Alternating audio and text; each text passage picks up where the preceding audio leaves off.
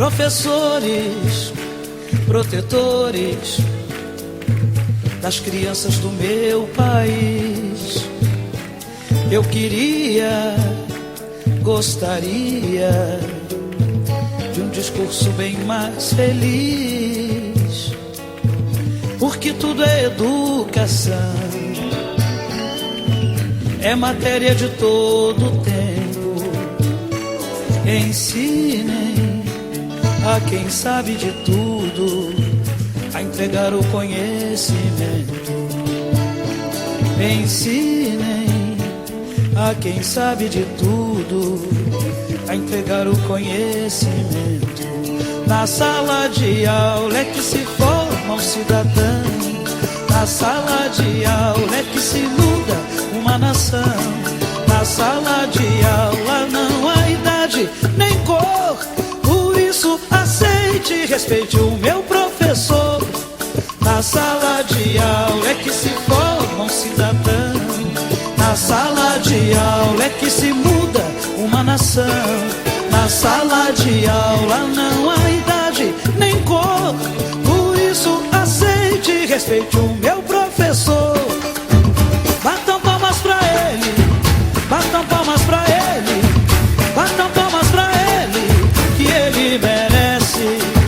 Batam palmas pra ele, batam palmas pra ele, batam palmas pra ele, que ele merece. E a nossa identidade, ela é ímpar. E o que eu acho assim mais importante para mim, assim, como negra, são as minhas raízes africanas. Sono em ser educador é que eu entro dentro da escola e saio dela e observo que a leitura e a escrita estão em todos os lados. Acho que essa é uma oportunidade que a gente está vivendo isso, vivendo um momento em que efetivamente a gente está fazendo uma prática educativa que não é bancária. Que eu olhava qualquer desenho e fazia aquela ampliação. Isso iniciou a minha carreira como professora, me incentivou, porque fui convidada para fazer uma ornamentação na escola de desenhos. Nisso, aos 17 anos, a diretora gostou do meu desenho, me convidou para dar aula no próximo ano seguinte, iniciei e fiquei sendo professora até hoje, estou professora, né? Isso define praticamente a minha vida, resume a minha vida como professora de sala de aula, através de desenhos, que isso me incentivou bastante. Então, na minha infância, eu pegava minhas bonecas no meu quarto, colocava sentada em cima da minha cama e eu era professora. Nessa época, o que eu sabia de ser professor era o professor ensina alguma coisa a alguém. Os alunos foram colocar e no texto eu digo que houve grande extermínio do povo, da população negra e indígena. Uma aluna simplesmente disse no segundo ano, disse mesmo assim, no texto ela falou: professora, eu só queria discordar disso aqui, porque na verdade o que houve não foi um grande extermínio. O que houve foi que muitos negros foram acidentados quando vieram nos navios. Isso era um estudante que estava dizendo. Então, o que a gente pensa, que a gente vai pegar um espaço altamente engajado, não é. Porque quando eu comentei com vocês a experiência dos meninos que escreveram o texto sobre os heróis negros, teve um que disse assim, mas é melhor tirar esse nome. Heróis negros? Por que heróis negros? Eu falei assim, mas eles são o quê? Essas pessoas lutaram em causa de quê? Para dizer que é heróis negros. Mas, professora, negro não fica sem jeito da gente dizer não. Todo ano tem um concurso de redação. O tema é Mulher Negra, Japoatonense, Retrato de Superação. Então eu fui levar, porque ia ser dia 6, o último dia para levar as redações. Cheguei lá, os alunos foram, os 3 primeiros alunos foram da minha escola. Somente eu que levei a nível universitário e outra professora que levou a nível superior. Então foi prorrogado o concurso. Mas eu acredito que poucas pessoas estão interessadas com a temática. Então a temática me interessa, falar sobre mulher negra. Então eu levei isso também para os alunos que foram meus e que estavam com outra professora. E o ano passado eu ganhei primeiro lugar. Eu acredito, modéstia à parte, meu artigo foi muito bom, eu gostei. Mas eu acredito também por conta da concorrência. Como escola, apesar de ser uma instituição, obviamente, que oferece oportunidades para as pessoas, né? Mas como ela hegemonicamente é um espaço que isso é bastante presente, né, na literatura crítica sobre a escola, que reproduz desigualdades sociais, econômicas, não é? Políticas, etc. Hoje em dia existe muito racismo ainda, apesar que estamos no século XXI, mas ainda existe muito racismo. Eu tenho feito um movimento, não é, na trajetória profissional, intelectual, existencial, que eu tenho feito nos últimos tempos, de discussão com essa questão racial. Não é? E eu tenho várias coisas na minha vida que me marcam, não é, em relação à questão racial.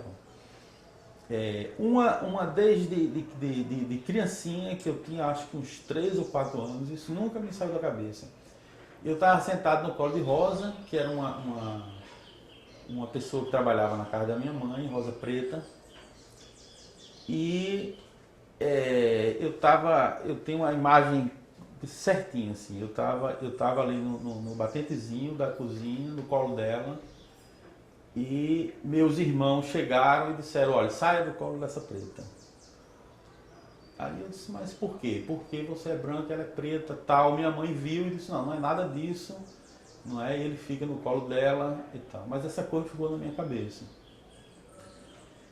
Isso eu acho muito interessante, porque a gente sempre fala muito do perfil, não é, da negritude dos estudantes de escola pública, não é?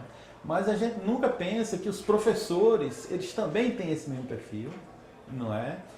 E eles muito possivelmente, no dia a dia, e aí a gente vê a quantidade de emoção que está rolando nesse curso, não é? Que eu acho que é fruto dessa maneira diferenciada de lidar com o conhecimento, quer dizer, eles estão tendo que construir uma narrativa, estão tendo que se expressar, na verdade.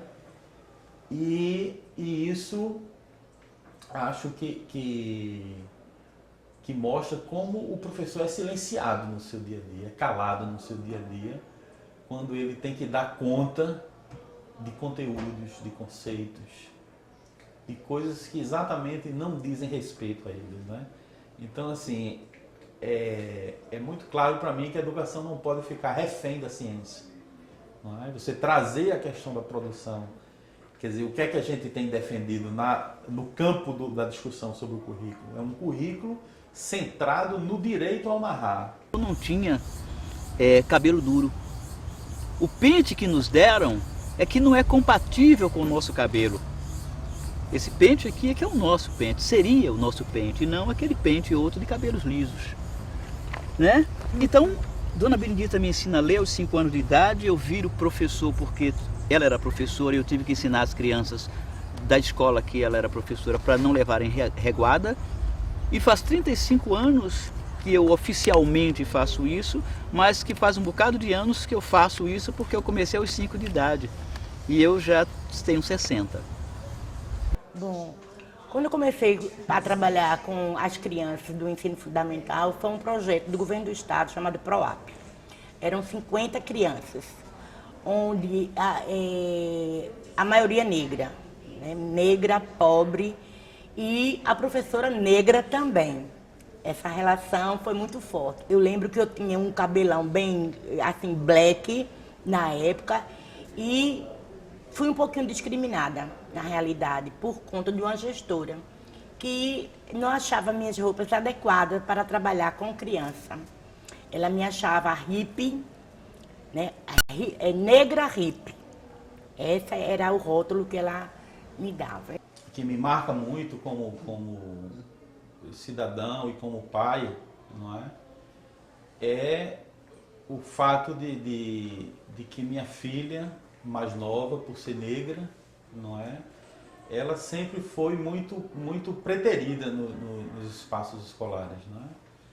Então, assim, algumas vezes você tem uma manifestação mais explícita de racismo, e certamente aí eu combati, não é? E fiquei claramente do lado dela nas questões, mas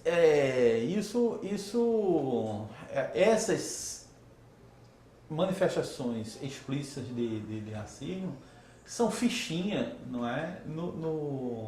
Na comparação com o racismo velado, não é? O fato de que, por exemplo, eu nunca fui buscar minha filha na escola, não é? Eram escolas privadas, né? Escolas de classe média, não é? Nunca fui para ver, por exemplo, ela no colo da professora, não é? Isso nunca aconteceu. Como ela também, por exemplo, sempre dançou muito bem, sempre teve ritmo, e ela nunca foi uma pessoa escolhida para dançar na frente, na hora das apresentações, etc. Essa questão de ser educador e aí perceber que essas dores, ela não pode ser uma dor que bloqueia a gente. Se essa rua fosse minha, eu mandava ladrilho.